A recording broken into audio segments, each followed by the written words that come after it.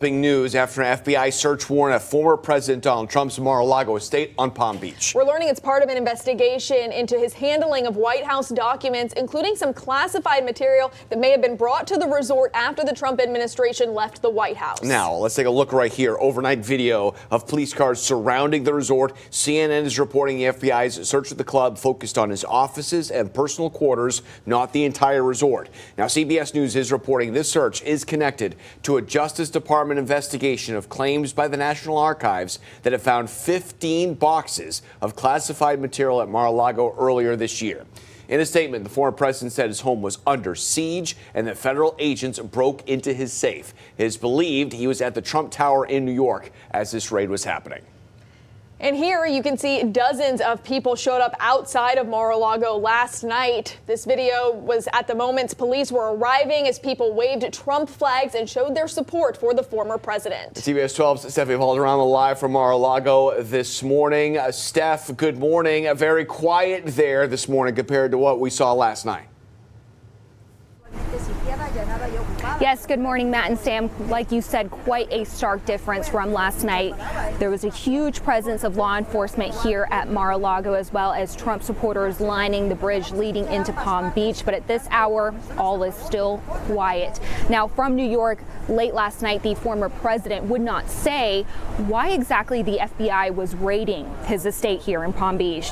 We spoke to a former FBI agent, Stuart Kaplan, who tells us Mar-A-Lago has been a designated second White House where Trump conducted presidential business. As you mentioned, Matt, some sources are reporting the search is connected to how the former president handled White House records. Some of the records are said to be classified. According to Kaplan, the FBI raid would require a federal judge to sign off based on evidence of a potential crime. Which would require, a sensitive facility to have been erected with respect to being able to have debriefings, meet foreign dignitaries, or to have classified meetings. I think the question is whether or not any of those classified memos or reports, anything that may have been in his possession, whether or not that was properly returned to those who had the right authority to take that after the presidency. The former president was not at his home when all of this happened. He was in New York making his way back to Florida. Of course, this is unprecedented this morning, but the former president did say that something like this has never happened to a president of the United States. Reporting live, Stephanie Valderrama, CBS 12 News.